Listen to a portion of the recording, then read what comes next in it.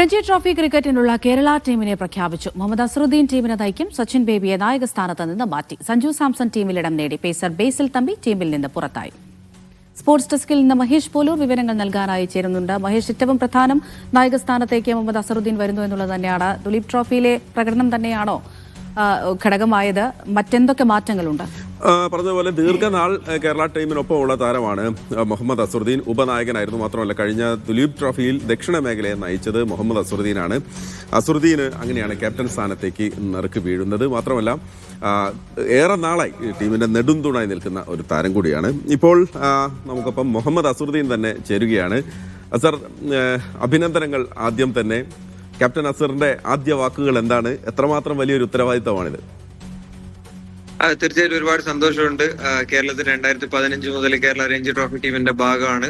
അപ്പം എന്താ പറയാ, 10 വർഷത്തിന് ശേഷം കേരളത്തെ ലീഡ് ചെയ്യാൻ പറ്റാന്ന് പറഞ്ഞു കഴിഞ്ഞാൽ അത് 10 വർഷം സർവൈവ് ചെയ്യാൻ പറ്റിയത് തന്നെ വലിയ കാര്യമാണ്. ഇപ്പം 11ാമത്തെ വർഷത്തിലോട്ട് കടക്കുമ്പോൾ കേരളത്തെ ലീഡ് ചെയ്യാൻ പറ്റാന്ന് പറഞ്ഞാൽ തീർച്ചയായിട്ടും സന്തോഷം തന്നെയാണ്. ഉത്തരവാദിത്വം ഉണ്ട്. പക്ഷെ നമ്മളെല്ലാം എല്ലാ ക്രിക്കറ്റേഴ്സ് ആഗ്രഹിക്കുന്ന ഉത്തരവാദിത്വം തന്നെയാണിത്.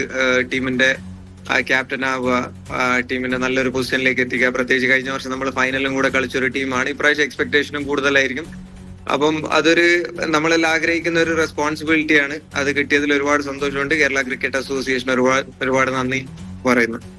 ഓക്കെ അസർ, ഈ ടീം നോക്കുമ്പോൾ സഞ്ജു സാംസൺ ഉണ്ട്, സച്ചിൻ ബേബി ഉണ്ട്, സൽമാൻ നിസാർ ഉണ്ട്, ബാബ അപരാജിത് ഉണ്ട്, രോഹൻ കുന്നുമലുണ്ട്. അതായത് ഒരുപിടി സീനിയർ ആയിട്ടുള്ള താരങ്ങളുണ്ട്. അപ്പോൾ സ്വാഭാവികമായും അസർ ക്യാപ്റ്റനായിട്ട് വരുമ്പോൾ ഇത്രയേറെ വലിയ താരങ്ങളുണ്ട്.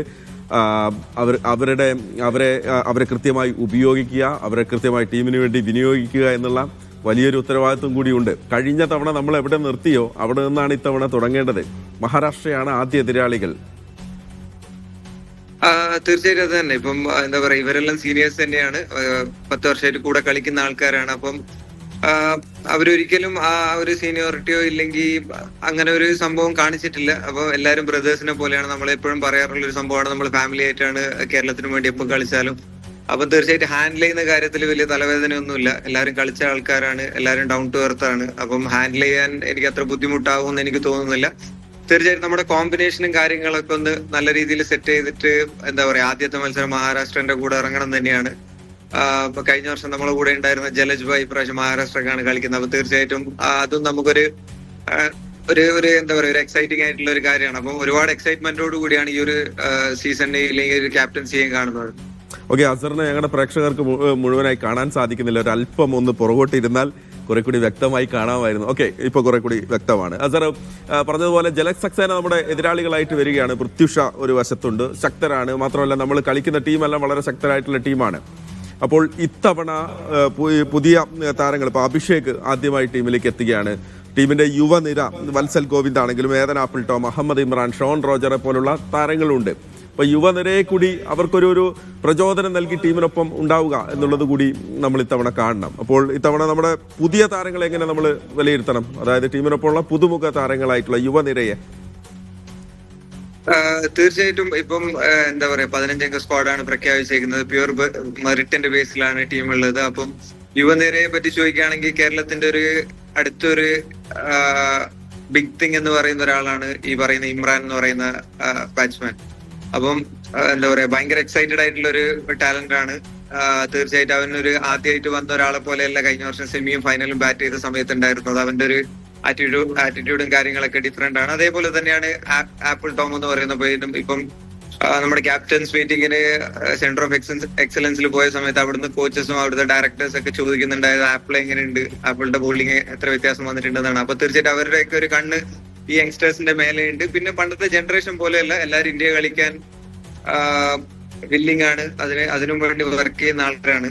അപ്പം തീർച്ചയായിട്ടും അവർക്ക് രഞ്ജി ട്രോഫി എന്ന് പറയുമ്പോൾ ഒരു പുതിയൊരു സംഭവം ഇല്ലെങ്കിൽ പേടിച്ച് കളിക്കുന്ന അങ്ങനത്തെ ഒരു ക്യാരക്ടേഴ്സ് അല്ല ഇപ്പോൾ ഉള്ളത്. ഇപ്പോൾ ഉള്ള ജനറേഷൻ എന്ന് പറഞ്ഞു കഴിഞ്ഞാൽ തീർച്ചയായും ഞാൻ ഡോമിനേറ്റ് ഇന്ത്യൻ, അതായത് ഡൊമസ്റ്റിക് ടൂർണമെന്റ് ഡോമിനേറ്റ് ചെയ്യും, ഞാൻ ഇന്ത്യയിലെ ബെസ്റ്റ് ബാറ്റ്സ്മാൻ ആവില്ലേ, ബെസ്റ്റ് ബോളർ ആവുമെന്ന് പറഞ്ഞ് അങ്ങനത്തെ ഒരു മൈൻഡ് സെറ്റിൽ കളിക്കുന്ന ആൾക്കാരാണ് ഇന്നത്തെ ജനറേഷനിൽ ഞാൻ കാണുന്നത്.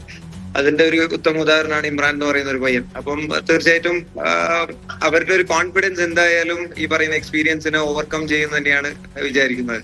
ഓക്കെ, ഞാനിപ്പോഴും അസർ കുറച്ചുകൂടി ഒന്ന് പുറകോട്ടിരിക്കാൻ വേണ്ടി പറയുകയാണ്, കുറച്ചുകൂടി വ്യക്തമായി കാണാൻ വേണ്ടിയാണ്. ഓക്കെ അസർ, ഒരു കാര്യം കൂടി, അതായത് നമുക്കറിയാം അനന്തപത്മനാഭൻ, സുനിൽ ഒയാസിസ്, സഞ്ജു സാംസൺ, എസ് ശ്രീശാന്ത്, ടിനു യോഹന്നാൻ, DA ജഗദീഷ്, രോഹൻ പ്രേം, അവസാനം സച്ചിൻ ബേബി, കേരളത്തിന്റെ നായകന്മാരുടെ പേരാണ്. അതിന് ഒരറ്റത്തേക്ക് മുഹമ്മദ് അസറുദ്ദീന്റെ പേര് കൂടി വരികയാണ്. എത്രമാത്രം അഭിമാനം തോന്നുന്ന ഒരു നിമിഷമാണിത്.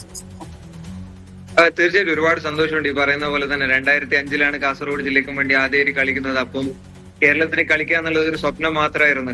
എന്ന് വെച്ചാൽ രഞ്ജി ട്രോഫി ആയിക്കോട്ടെ, കാറ്റഗറി ആയിക്കോട്ടെ, സ്വപ്നം മാത്രമായിരുന്നു.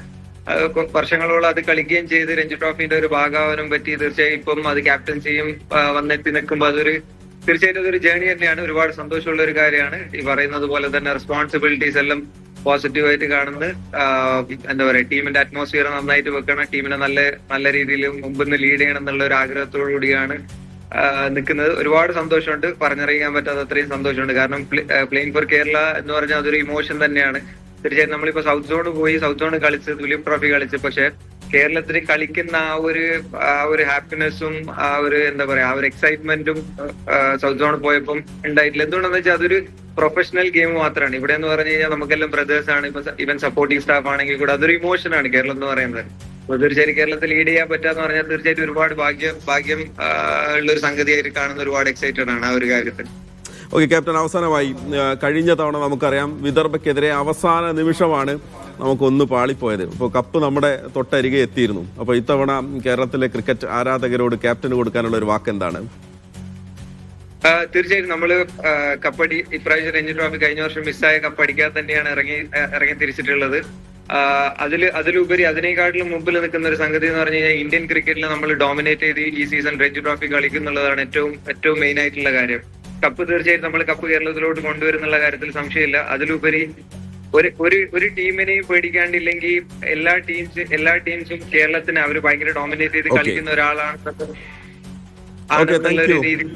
Thank you Muhammad Azharuddin. എന്തായാലും ക്യാപ്റ്റൻ എന്നുള്ള രീതിയിൽ അസറിന്റെ ജൈത്ര യാത്ര ഇവിടെ ആരംഭിക്കട്ടെ. രഞ്ജി ട്രോഫിയിൽ ഇത്തവണ കപ്പെടുക്കാൻ കേരളത്തിനാവട്ടെ. എല്ലാവിധ അഭിനന്ദനങ്ങളും മീഡിയ വണ്ണിന്റെ ഭാഗത്തു നിന്ന് നേരുകയാണ്. അമൃത, അതാണ് ക്യാപ്റ്റന്റെ ആദ്യ വാക്കുകളാണ്.